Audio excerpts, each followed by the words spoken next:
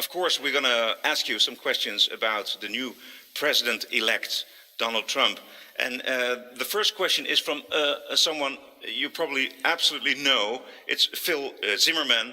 He's the inventor of the encrypted email. Phil, can you come on the stage?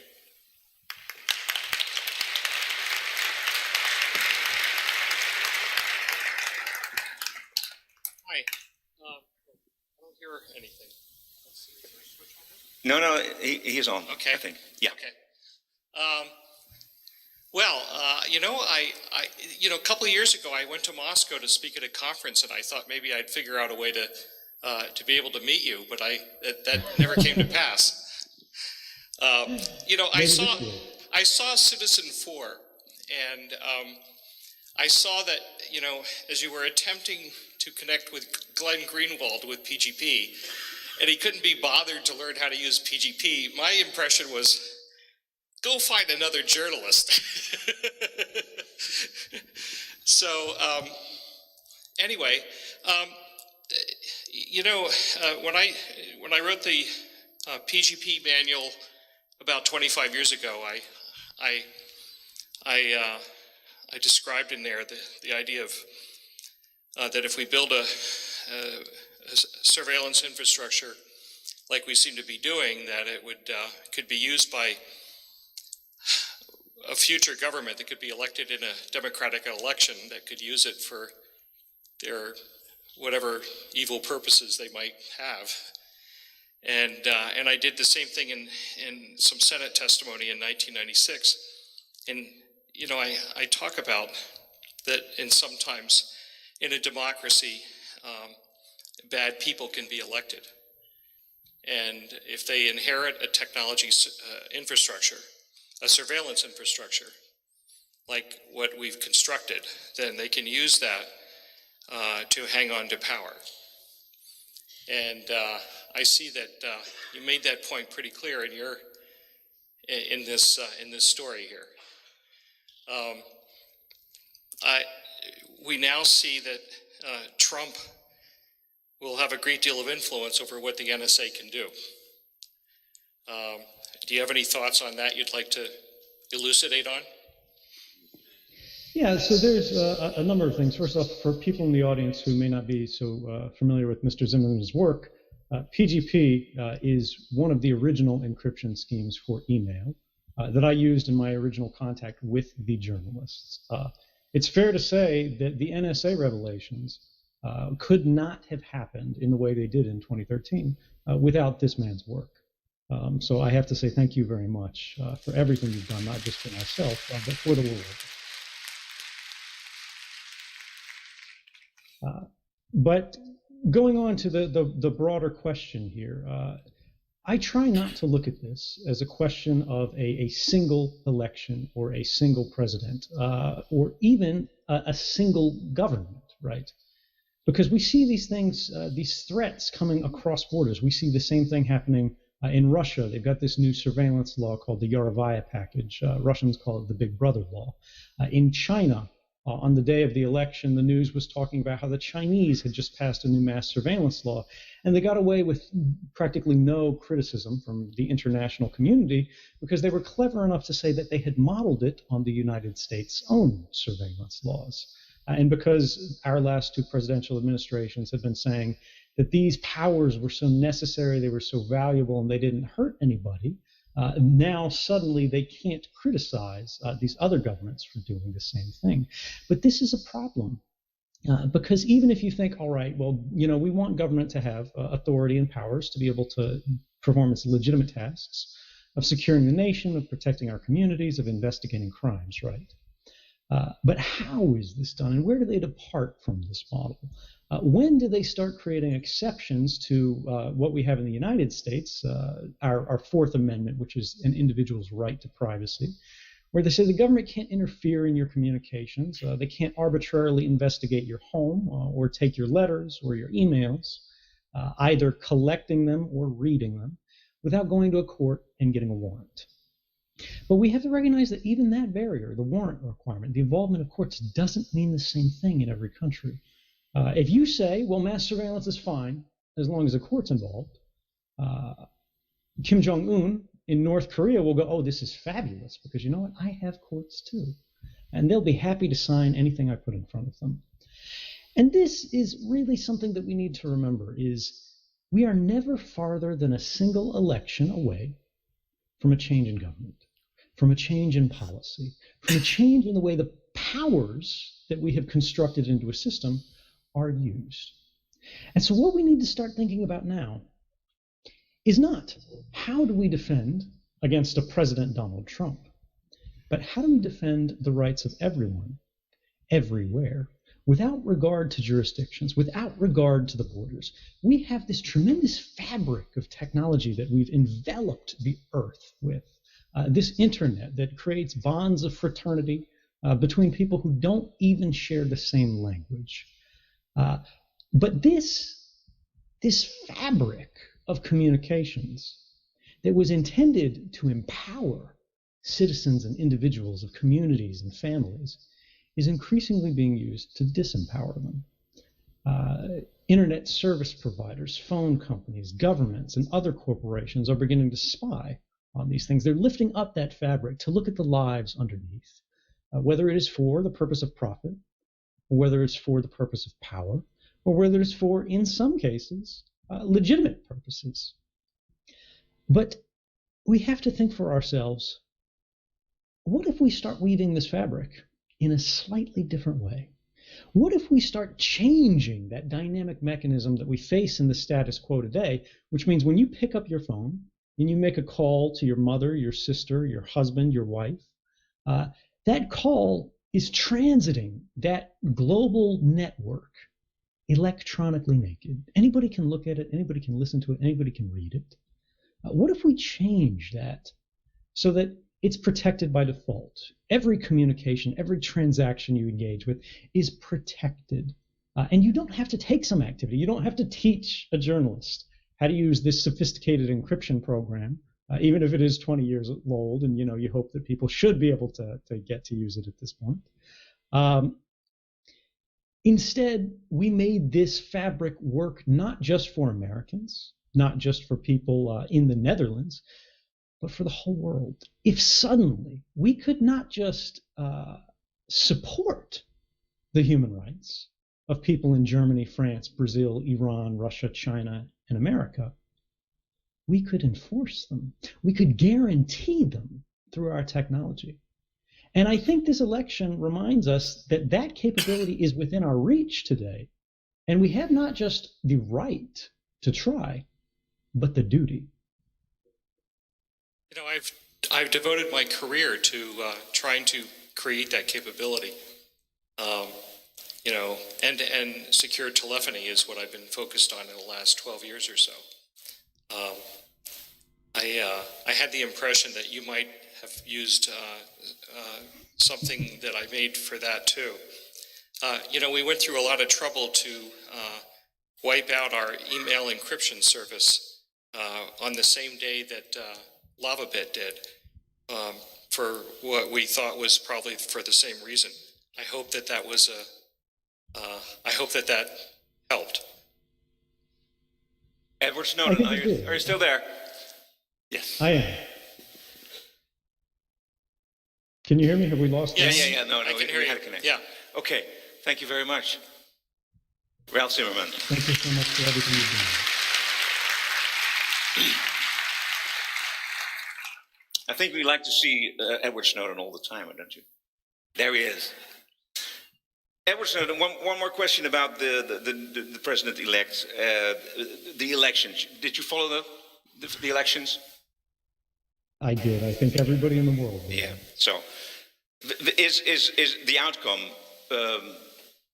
better or worse for your case? For me, I try to focus on the issues that matter the most here. And while I obviously care about what happens to me, I am the least important part of any of this. This is not about me. This is about us. And when I see these changes in government, where we see these candidates who are extremely authoritarian, they believe that if we have the power to do something, we should do something. We stop thinking about wrong or right. We stop thinking about should or should not. And instead, we focus strictly on can or cannot. These, I think, are civic dangers to everyone. And these are the things that we have to focus the most on resisting, not individual cases, but broad social cases. And this is the thing that I think we begin to forget when we focus too much on a single candidate. The current president of the United States, President Barack Obama, campaigned on a platform of ending mass surveillance in the United States. He said no more warrantless wiretapping. He said he would investigate and end criminal activities that had occurred under the prior administration in the Bush era. We're talking about torture. We're talking about extrajudicial killings. And we all put a lot of hope in him because of this. Not just people in my country, not just myself, but people in Europe and elsewhere around the world. It was a moment where we believed that because the right person got into office, everything would change. But unfortunately, once he took that office, we saw that he didn't actually fulfill those campaign promises. Guantanamo Bay, the secret prison in Cuba, which he had promised to close on the first day of his presidency, is still open and likely will be on the last day of his presidency. He embraced the policies of mass surveillance, extended them, and entrenched them. And this isn't to criticize this president particularly. This is not to say Obama is what we should be worried about. This is to talk about a broader point, which is we should be cautious about putting too much faith or fear in the work of elected officials. At the end of the day, this is just a president.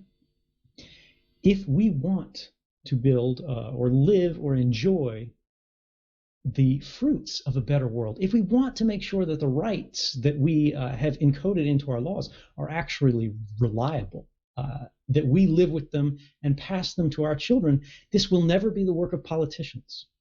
This can only be the work of the people, of the population, because politicians do not simply do what they think is best. They do what they think people want to hear. They do what they think will gain them support. And ultimately, if we want to see a change, we must force it through ourselves. If we want to have a better world, we can't hope for an Obama, and we should not fear a Donald Trump. Rather, we should build it ourselves.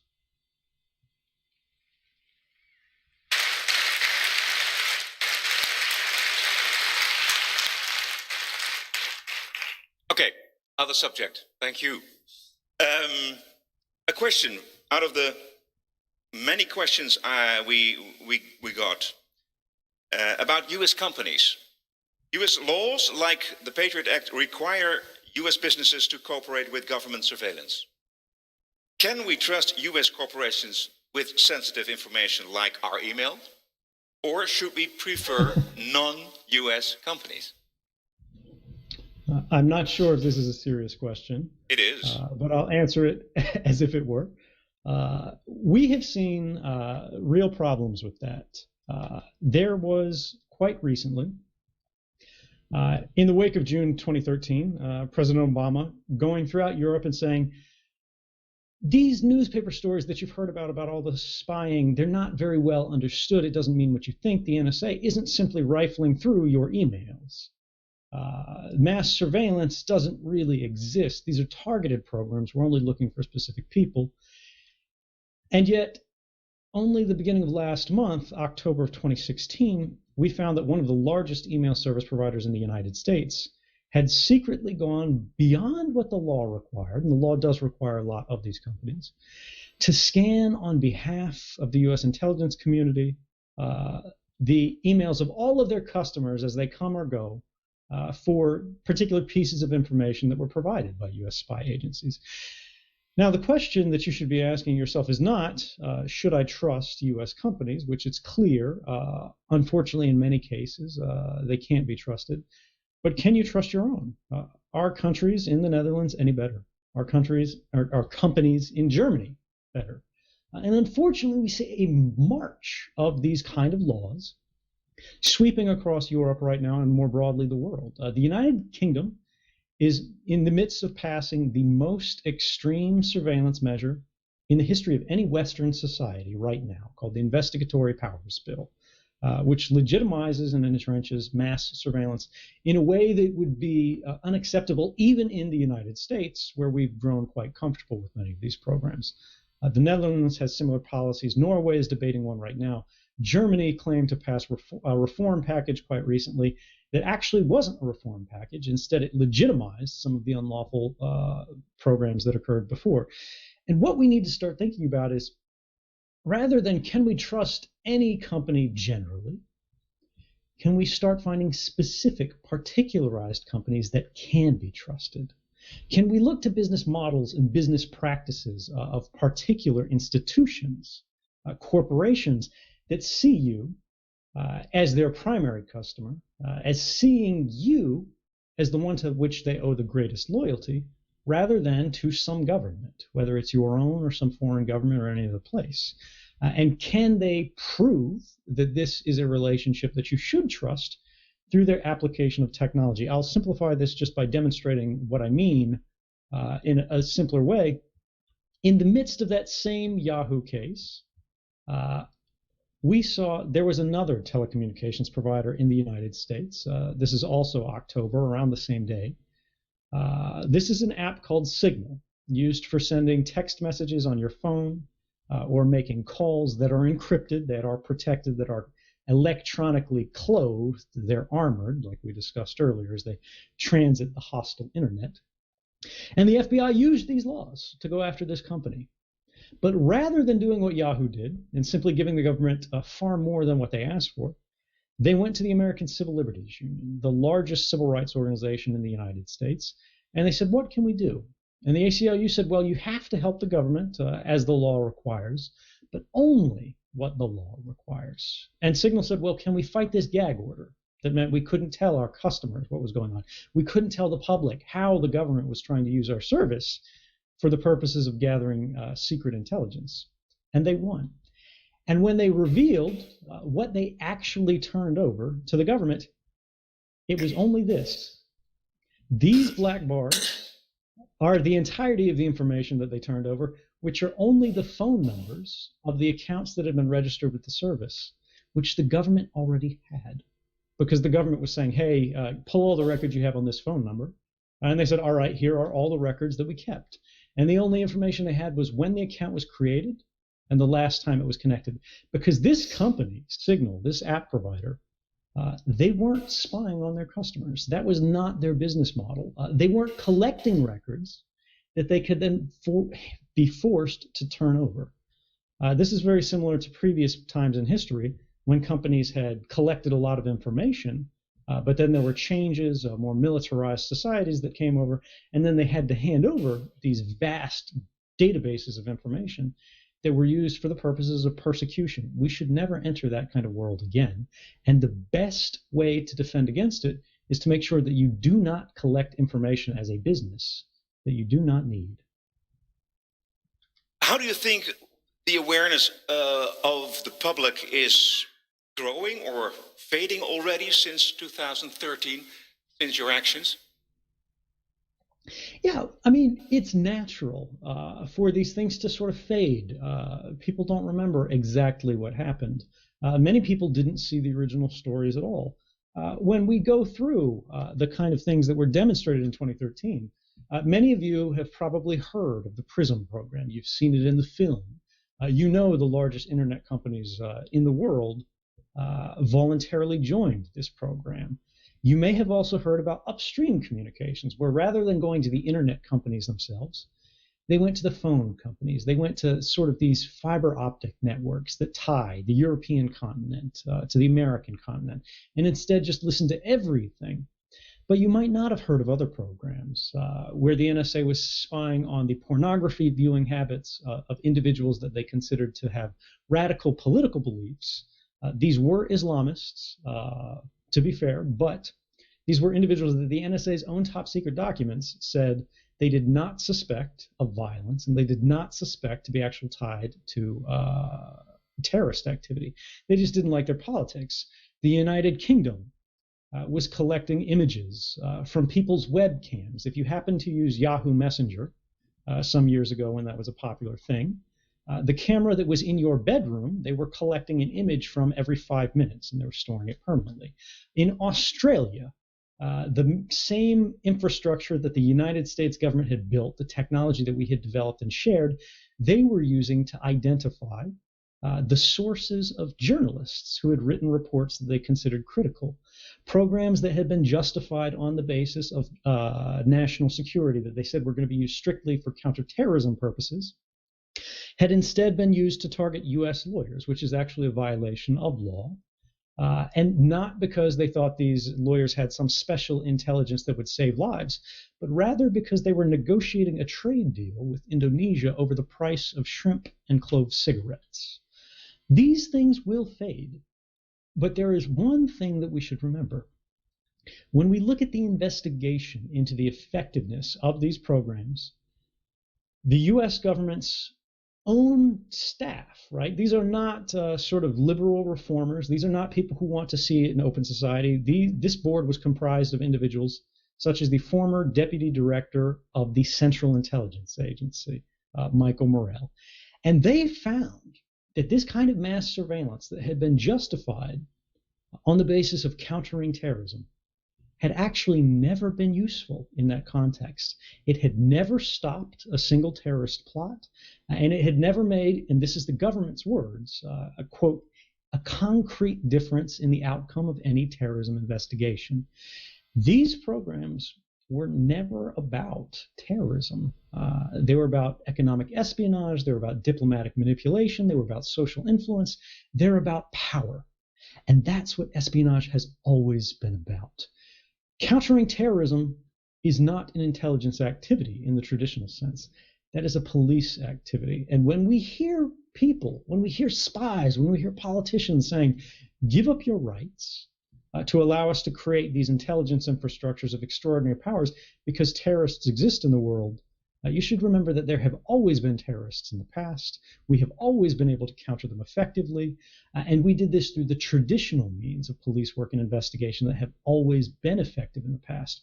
Why are we proposing to throw away all of the rights that people fought and died to establish over centuries of human civilization for programs that even the US government says were never effective? Okay.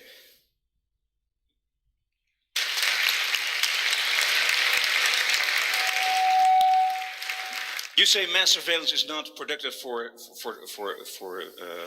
attacking terrorist attacks, but intelligence services need some information, a lot of information, to protect the people, they say, and we believe. So, what kind of information and what kind of programs need intelligence services to protect us from bombings like in Boston, like in Paris, like in Brussels? If mass surveillance is not appropriate. Yeah, this is an excellent question because when we look at the Boston Marathon bombings, for example, this was during the height of American mass surveillance. This was before anybody knew it existed, before they hit the newspapers. And they were collecting the phone calls of everyone. They were collecting the internet activities of people indiscriminately, just in case they were used to it. And it did not stop this attack. And it did not stop this attack even though we had been specifically warned by foreign intelligence services that these individuals were associated with terrorism. Much the same in Brussels. Now, we had known about mass surveillance in a broad sense here. But in the Brussels attacks, Belgium had been warned by the Turks in this case that some of these individuals were associated with terrorism. So it begs the question, why did mass surveillance fail to catch these individuals? It's not because they used encryption. It's not because they were particularly skillful. It's not because they were just so clever. It's because when you collect everything, the communications of everyone in a nation, you understand nothing. You get drowned in so much information that you can't find what's actually relevant. If you use traditional means of investigation, gathering indicators, tips from, for example, these foreign intelligence services, you take them to a court, you go to a judge, you say, look, we have some evidence this person has ties to terrorism. We would like a warrant for our police to sneak into their homes, to place a camera, to tap a phone, to follow them as they go through their activities in the day, as we always have for decades at this point. You can watch specifically the individuals who exhibit indications of actually threatening behavior, and then you can catch them in the act. And these are the cases where we have seen it happen. In recent Canadian attacks that have been thwarted, it was not due to mass surveillance, but it was because of the fact that they watched specifically the individuals who they had been tipped off did have these activities, often by members of their family or by their communities, and they watched them. And then when suddenly they collect weapons, they call a taxi cab, and they try to go to a train station, the police are already there, ready to make the arrest and ready to thwart the attack, and it actually works. The distinction that I want to make here in simple terms, because I know that's a little bit broad, is what people in civil society, what I protest most strongly, is mass surveillance, indiscriminate surveillance where they're watching everyone, targeted surveillance that's backed by a court where police have shown, look, this individual is more likely than not to be a criminal. We're asking for a warrant to investigate their activities for a period of time in a very intrusive way, but in a very targeted way. We're only watching this individual. We know it is effective because it has been in the past. And we know that this is the least intrusive means of achieving these investigative goals without destroying the rights of everyone else in the free society. Yeah. So you say mass surveillance isn't necessary for counter-terror attacks? That's correct, but let's presume it were. Let's presume it were effective. Would we want it anyway?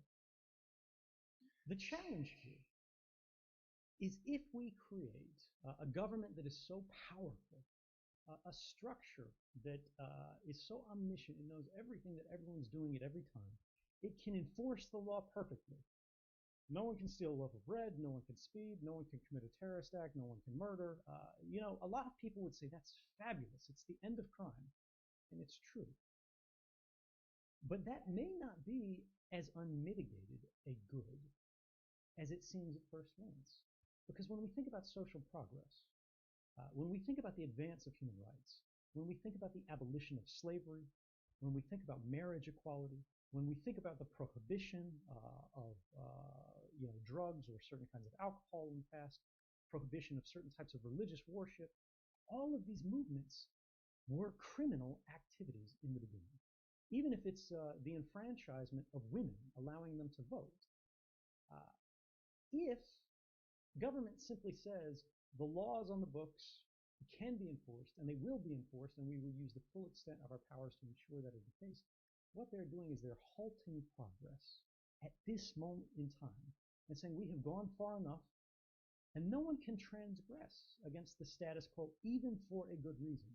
No one can organize to change the law. If to do so, they have to love someone in a way that's not approved. They have to worship in a way that's not popular. They have to do any activity that has not been explicitly authorized in advance by the government. I do not see that as a bright future. In fact, I see it as a very dark one.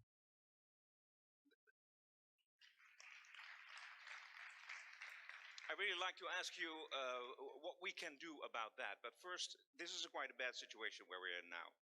But I want to make it worse because I have a question about the way, let's see, where have I the question? Yeah, the technology develops enormously. Everybody can buy the software to spy on one another. So how can we stop Big Brother before we going paranoid? Yeah, so this is a very complex technical question, and I'm very comfortable saying that as of today, we don't have an answer. We have ideas, we have directions for research, but this is not a solved problem. And for the young people in the audience, this is a problem that you could solve. What we're seeing today is the atomic moment of computer science. We're living through it. What nuclear physics had in the last century, we are seeing for this discipline, computer science, today in our lifetimes.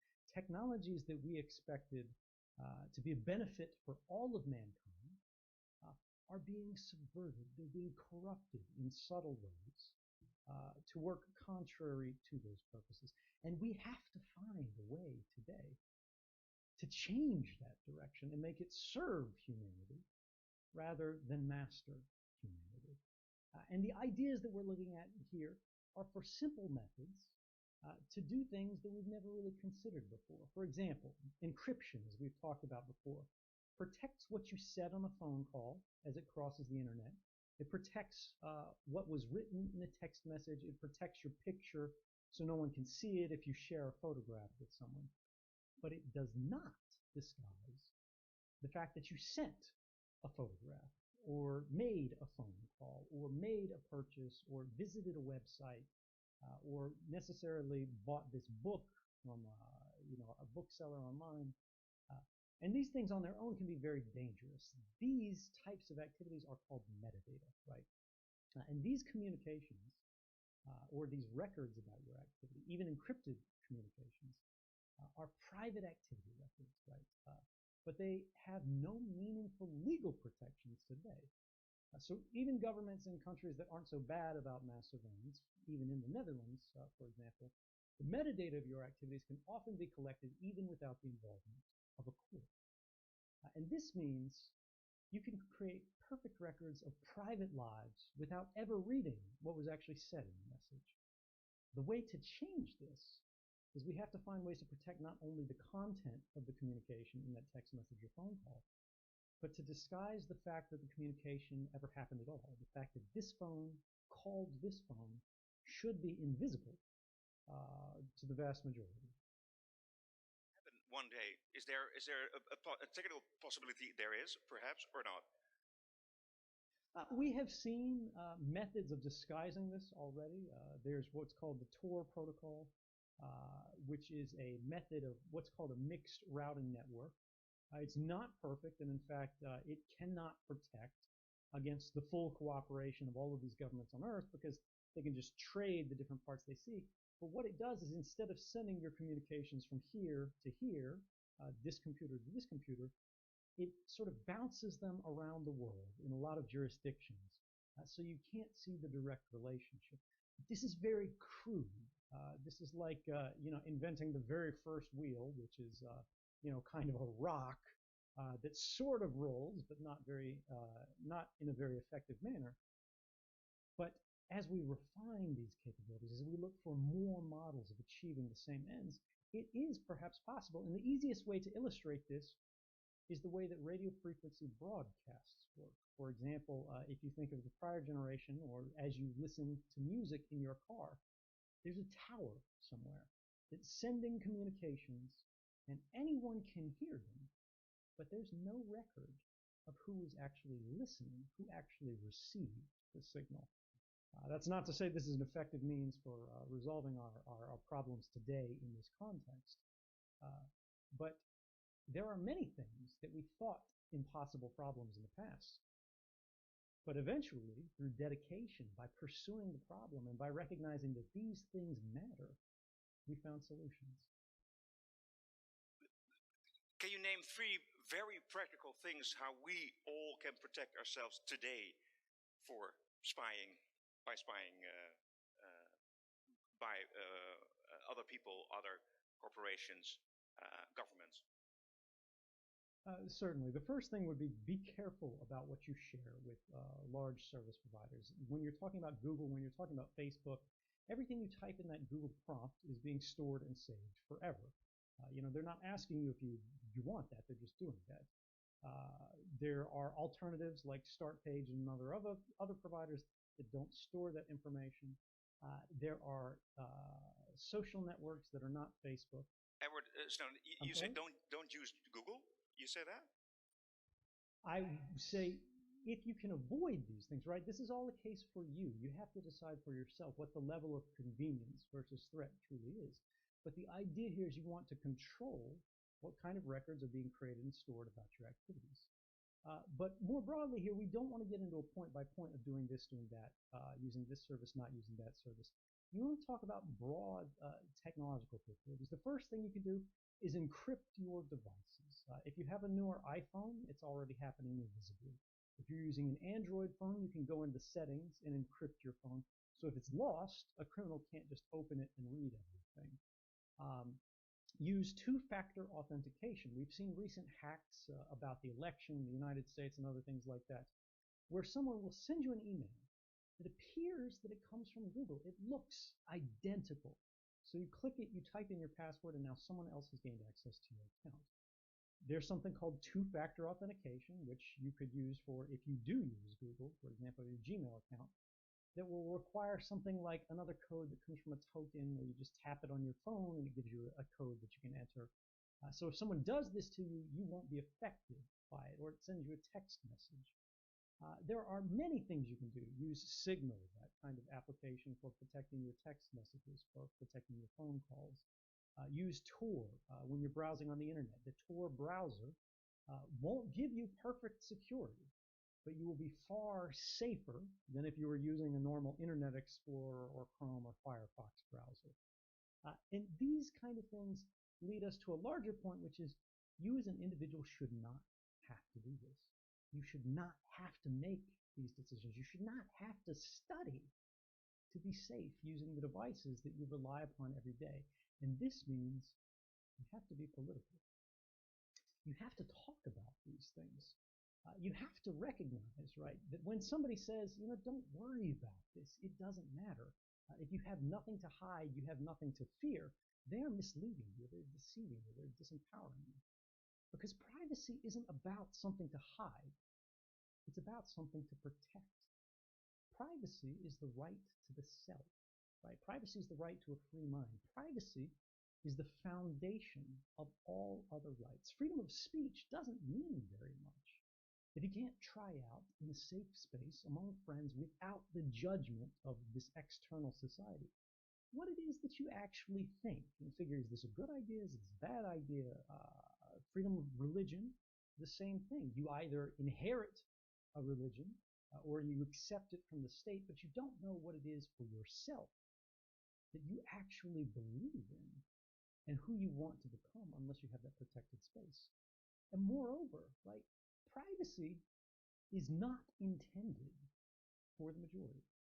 That's not where it derives its value from. Politicians don't need privacy. They're already powerful. They can already defend themselves. The majority can reshape society to their will. They don't need it that much. But minorities, vulnerable populations, people who are a little bit different, people who are a little bit unusual, people who don't fit in, even in a small way, if you disagree with the majority opinion, you are the one that privacy is for. And this is why, when you hear people say things like that, say back. If you argue,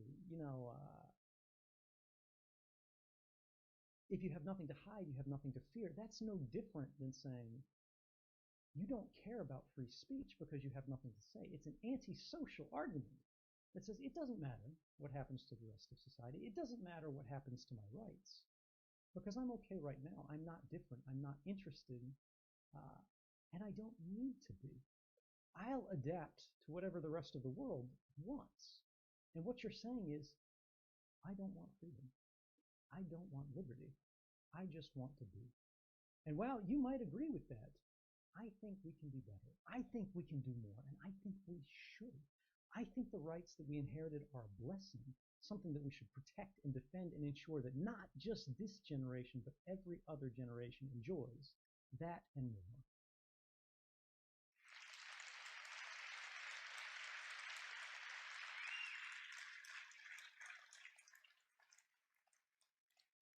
Do we care enough today? I think we do. I think the fact that we have so many people in this room, I think the fact that we have so many people joining us throughout the internet, I think the fact that we have so many people talking about this election and its implications for the world says that people do care. The difference is many people have been convinced that there's nothing they can do about it. It's not that we don't care, it's that we feel disempowered. It's not that, people think, Donald Trump is the greatest person in the United States. It's the fact that maybe they did not prefer the other option. And this is a challenge. We should never be asked as a society to pick between one or the other. Do you want this or that?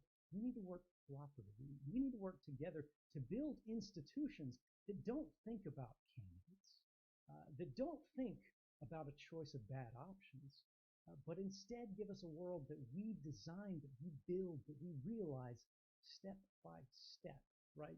You don't just inherit the past and expect it to continue. You don't just elect a politician with a vote, or if you disagree, if you're in the minority, or in the case of the United States, Hillary Clinton won the popular vote, but somehow she didn't end up being president. That one's still to be explained. The challenge here is that that does not end the extent of your involvement. You are more than a vote. You are more than a check in a box. What you do today creates tomorrow. And if you don't start thinking about what you're going to do tomorrow, if you don't start thinking about the day after the election, the year after the election, and every other, you are not thinking about what being a citizen truly means. A vote is a start. A vote matters, but it will never be enough.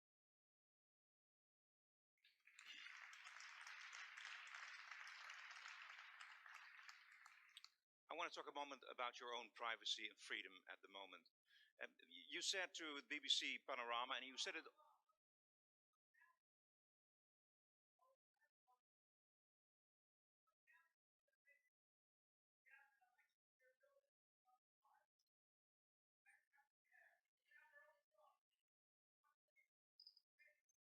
Did you hear that? I can't. I'm sorry. Okay. There's no microphone. I explained the question. There was a question out of the room here, and he said, "Well, what can we do? I did vote, and well, it's not enough. What can we do more?" Yeah, this is a great question. So a lot of people ask this because they think about, a lot of the conversation that's happening politically, particularly in the field of privacy, is an expert conversation. We're being excluded from it, not necessarily through a plan, although that does happen in some circumstances, but because it's too hard, it's too difficult. It takes a lot of study and understanding of obscure technology or arcane mathematics. And then, of course, the politicians don't listen to the experts at all and just do their own thing. How do we ensure we have a say? And the idea here is you can't be expected to dedicate all of this time, all of this study to every single issue on Earth. What you can do is that you say you care. You can talk to your family. You can talk to your community to raise awareness of things. And then you can act to make sure that those people who are experts have the ability, they have the platform, they have the resources, they have the support to actually achieve it. If you don't have the time to protest, support an organization that will. Send money to a group that has a history of standing up for civil liberties. Send money to groups that will actually sue governments to enforce the law.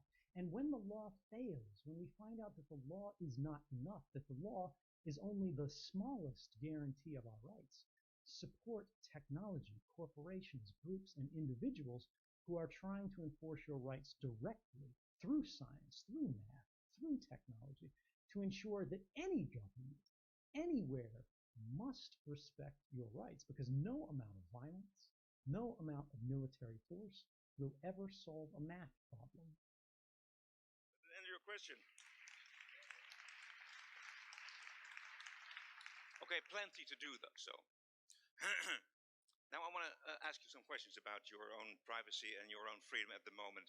You said in a BBC documentary, in an interview, and also in the movie we saw it, you are willing to go back to the United States to stand trial and to go to jail. What do you want in return for that? Yeah, I've made it clear from the very beginning that I only have a single condition, and that's that I receive a fair trial. Now, what does that mean? That means being able to tell the jury why it is that you did what you did, and for them to decide, is this man truly guilty in a way that he should be sent to prison, or was this the right thing to do? And this is why we have jury trials. But the United States government charged me under very specific laws that are quite unusual in the United States, specifically to prohibit me being able to speak to a jury and tell them why it is that I did what I did. This, of course, is called the Espionage Act, a law that was intended to be used for people working as foreign spies. But they have used it increasingly against journalists in recent history and their sources in a way that's unprecedented. James Risen, one of the most famous reporters at the New York Times, called the current president's war on whistleblowers a policy that makes him the greatest enemy of press freedom in a generation. And it's not just him. This is not an isolated case. The executive editor of the New York Times, which is the largest newspaper in the United States, which is a very liberal, very pro-Obama newspaper. These aren't sort of radical critics or anything like that. They said that the Obama White House is the most secretive they've ever dealt with. When I asked the government this, and I said, look, as long as you let me talk to a jury, I'll come back. Let's have this. Let's have the people decide. They sent back a letter saying, we promise we will not torture you. And, while that is a start, I think we can do better than that, and I think we should. Yeah.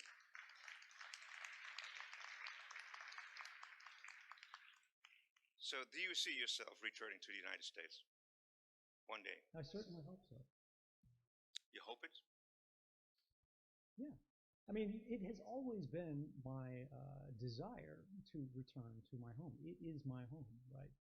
What I won't do is I won't stand up and serve as a deterrent willingly to scare people away from doing the right thing. If people work in government and they see criminal activities occurring and they say something about it, that should not itself be a crime.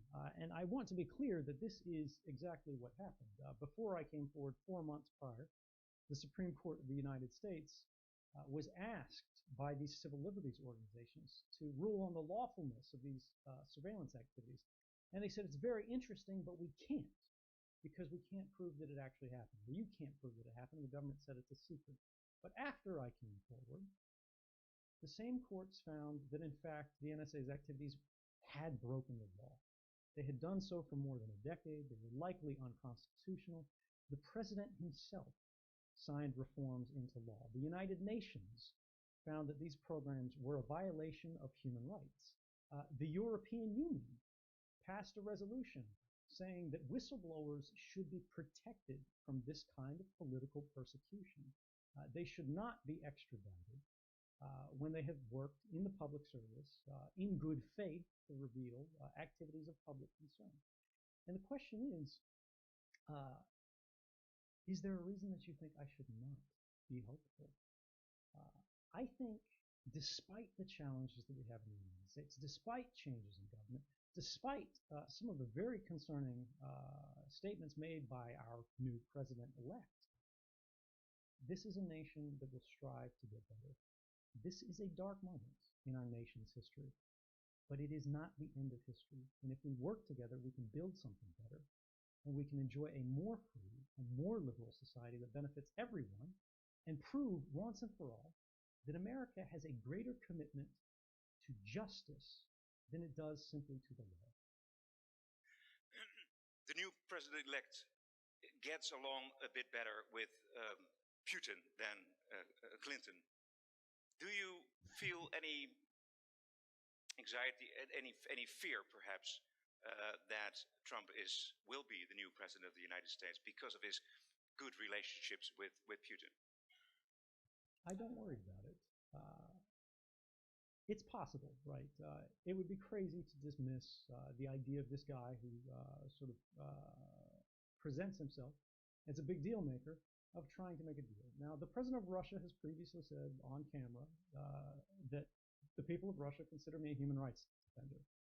And regardless of the position that we have on Russian politics, which obviously have a lot of problems, they said Russia is not a country that extradites human rights defenders. But let's say that weren't true. Let's say some kind of deal was made. Let's say all of that turned around and I was sent away. If I was worried about safety, if the security and the future of sort of myself was all that I cared about, I would still be in Hawaii. I never expected it to make it out of Hawaii when I came forward in June 2013. The fact that I ever did still surprises me today. But the bottom line is this: I'm comfortable with the choices that I made. I'm proud of the choices that I made. I think I did the right thing. And wow, I can't predict what the future looks like. I don't know what's going to happen tomorrow. I can be comfortable with the way that I've lived to today. And no matter what happens, right? If there's a drone strike that comes tomorrow, if, they put together some operation, I slip and fall down the stairs, that's something that won't change. I think as long as we do our best to live in accordance with our values, we don't have to worry about what happens tomorrow, because today is enough.